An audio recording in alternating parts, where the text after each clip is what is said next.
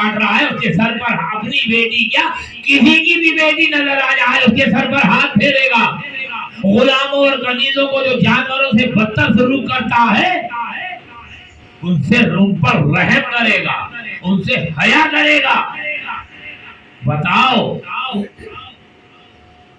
مگر میں تم سے یہ کہتا ہوں کہ قولوا لا الہ الا اللہ, کوئی اللہ نہیں ہے سوائے اس اللہ کے جو وحدہ لا شریک ہے, تو کیا مانو گے؟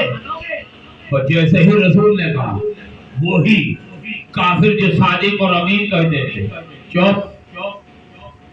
اچھا اگر ہم اس کی باتوں میں آ گئے تو ہمارے آباء و اجداد جو بتوں کی پوجا کرتے ہوئے چلے گئے کیا وہ سب جہنمی ہیں؟ کیا وہ سب غرق ہو گئے؟ یہ نہیں ہو سکتا. رسول کہہ رہے ہیں کہو اللہ ایک, جواب میں وہ کہہ رہے ہیں اللہ ہیں.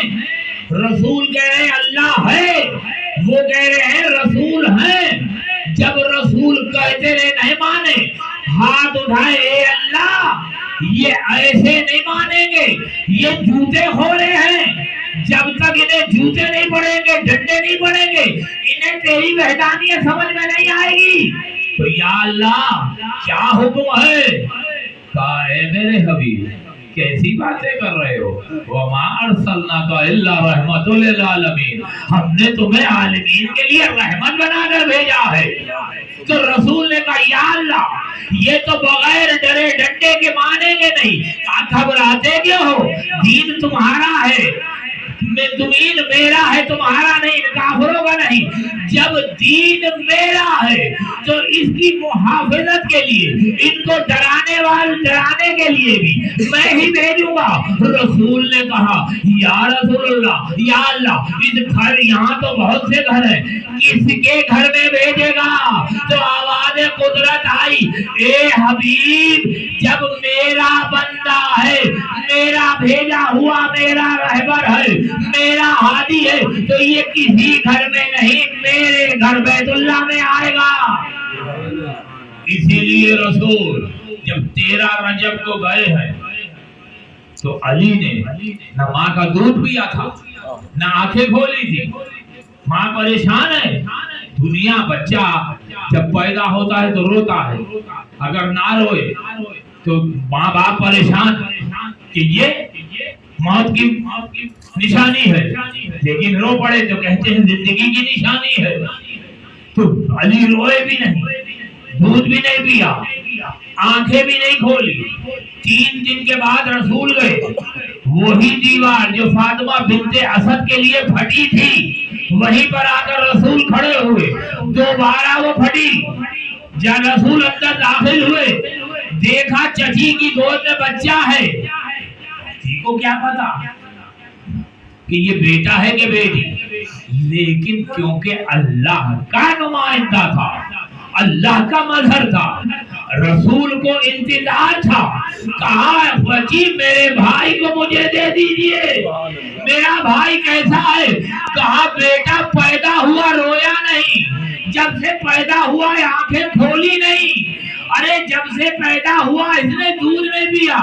مسکرائے اور مسکرا کر کہا کہ جس کا یہ نمائندہ ہے, جب کوئی شے کسی کی ہوتی ہے, بچہ ہمارا ہے, اس کے کھانے پینے دودھ کا انتظام کس کے دن میں ہے؟ جس کا بچہ ہے.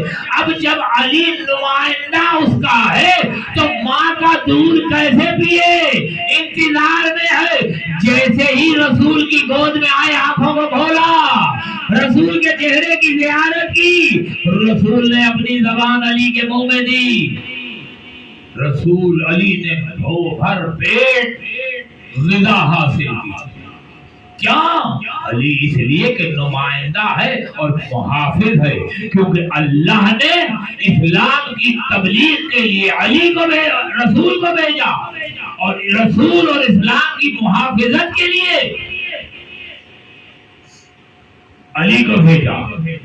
اگر یہیں پر اسلام قیامت آ جاتی تو ختم ہو جاتا, لیکن اسلام چلنا تھا, رسول رہے یا نہ رہے. کیونکہ اسلام قیامت تک کے لیے آیا تھا. اس اسلام کو بچانے کے لیے کوئی نہ کوئی تو محافظ ہونا چاہیے. اس لیے رسول زندگی میں کہہ گئے تھے کہ میرے بعد اس اسلام کے 12 محافظ ہوں گے. لیکن جب اسلام کی ڈولنے لگا، یزید جیسا انسان اسلام کے جو رول تھے ان میں تبدیلی کرنے لگا تو کسی کو فرق نہیں پڑا. کیوں؟ اسلام کے اندر جب سلطنت اور ملوکیت کو ڈالا ہے تو اسلام کی شکل بدل گئی. ہو سکتا ہے کچھ لوگوں کو برا ہو لگا ہو، لیکن بولا کوئی نہیں. بولا وہی جس کے گھر کا اسلام تھا. حسین اٹھے، اے یزید یہ اسلام یتیم نہیں ہے، اس کا وارث میں ہوں. اور حسین نے مدینے کو چھوڑ دیا. آج پہلی محرم آ گئی، رات چاند رات تھی. ہمیں روت حلال کمیٹی نے بتایا کہ چاند ہو گیا ہے، تو مومنین تیاری میں لگ گئے کہ صبح مجلسوں میں جانا ہے. عورتیں تیاریوں میں لگ گئی. ہم نے فاطمہ کو اس کے بیٹے کا پرسہ دینے جانا ہے. لیکن مدینے والے کہتے ہیں ہم 11 مہینے کے چاند دیکھتے تھے لیکن محرم کا چاند نہیں دیکھتے تھے. پوچھا کیوں؟ کہا جب پہلی محرم کا چاند ہوتا تھا تو امام جعفر صادق کے گھر سے رونے کی آوازیں بلند ہوتی تھی. ہمیں پتا چل جاتا تھا کہ حسین کی شہادت کا مہینہ آ گیا ہے. ہم سیاہ لباسوں میں آ جاتے تھے، ہم فرش عزا بچھا دیتے تھے اور امام کو ان کے جد کا پرسہ دیتے تھے. امام علی رضا خاموش بیٹھے ہیں، سر جھکا ہوا ہے کہ محرم کا چاند ہو چکا ہے. کہ اتنے میں دبل خزائی جو شاعر تھا وہ امام رضا کے سامنے آیا. امام نے اس کو دیکھا اور دیکھ کر کہا اے دبل، کیا میرے جد کا مرثیہ کہہ کر لائے؟ کہ مولا کہا ہے تبھی تو حاضر ہوا. کہ اچھا صبر کرو. امام خود اٹھے، کالے رنگ کی ایک چادر لی، وہ انہوں نے اس کا پردہ بنایا، اندر داخل ہوئے. کہا اے رسول کی بیٹی اس پردے کے پیچھے آ جاؤ، میرے جد حسین کا مرثیہ ہونے والا ہے. ساری مستور آ کر پردے کے پیچھے بیٹھ گئی. دبل نے بہت بڑا مرثیہ پڑھا اور کہتا اے فاطمہ، آسمان کے ستاروں کی عزت زمین پر بکھری پڑی ہے.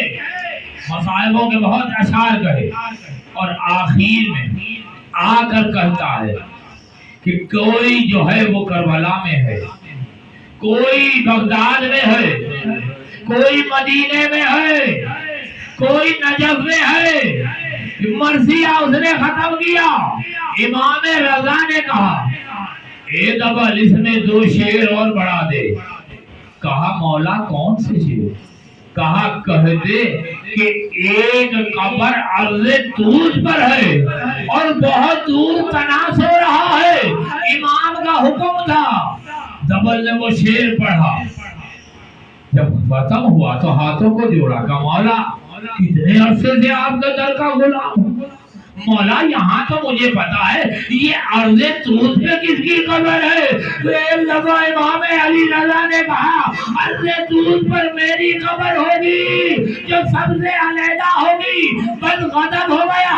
دبل نے دوبارہ شعر پڑھا کہ ایک کنیز دوڑتی ہوئی آئی. اے دبل مرثیہ مت پڑھو، ارے علی رضا کی بہن معصومہ قوم بے ہوش ہو گئی ہے. میں ہاتھوں کو جوڑ کر کہوں گا اے معصومہ قوم، تم سے بھائی کی شہادت نہیں سنی گئی. ارے اس بہن زینب کو دیکھو جو 70 قدم سے اپنے بھائی کو ذبح ہوتے دیکھ رہی تھی. ارے وہ زینب کیا کرے کہ جس کے بھائی کا تھا ارے نوکے نیزہ پہ بلند ہوا. ارے زینب بھائی کے سر کے ساتھ کربلا سے کوفہ، کوفہ سے شام کو گئی.